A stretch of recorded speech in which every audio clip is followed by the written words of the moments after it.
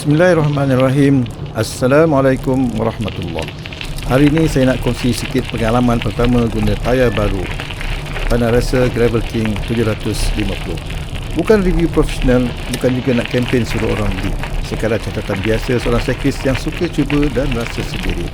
Kadang-kadang dalam dunia kayuhan ini, kita bukan cari paling laju, tapi cari keyakinan, keselesaan dan rasa seronok menikmati perjalanan. Mula-mula saya baru masuk laluan batu 3 suku macam ni. Kalau sebelum ni, bila lalu jalan macam ni, basikal agak melantun, tangan pun cepat penat sebab banyak vibration.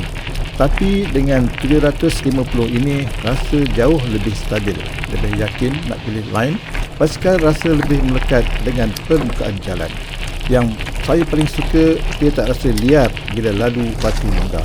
Masih ada rasa gravel tu, tapi lebih terkawal. Memang nampak beza berbanding tayar yang lebih kecil sebelum ini.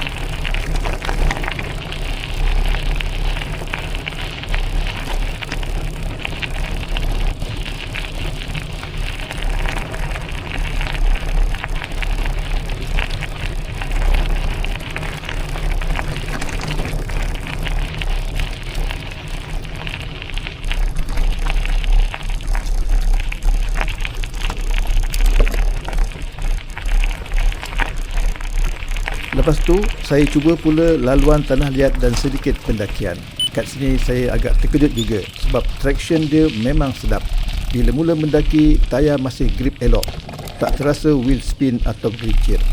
Walaupun laluan agak loose dan ada pasir halus sikit, dia masih yakin nak kayuh duduk. Tak perlu terlalu fikir tayar akan hilang cengkaman. Bagi saya, untuk rider biasa macam saya, itu dah cukup meyakinkan. Lepas tu, saya cuba turun bukit sekitar 300 meter. Kelajuan lebih kurang 28 km sejam dan honestly, memang steady. Itu bahagian yang buat saya paling yakin dengan tayar ni. Bila corner kecil atau lalu batu tak sekata, basikal masih rasa stabil. Tak ada rasa nervous sangat.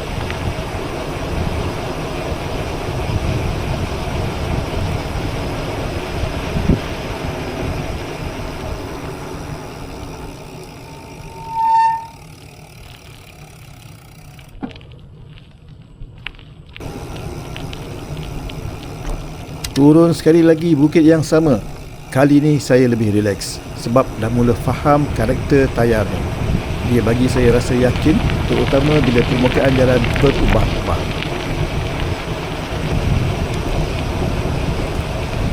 Ramai orang cakap tayar besar selalu lembab, rasa macam seret.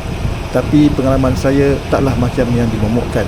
Memang logiknya tayar lebih besar ada sedikit resistance. Tapi untuk kayuhan santai dan mixed terrain macam ini, saya rasa masih sedap. Basikal masih rolling dengan baik, tak rasa terlalu berat nak maintain speed. Dan yang penting, comfort dia memang ketara.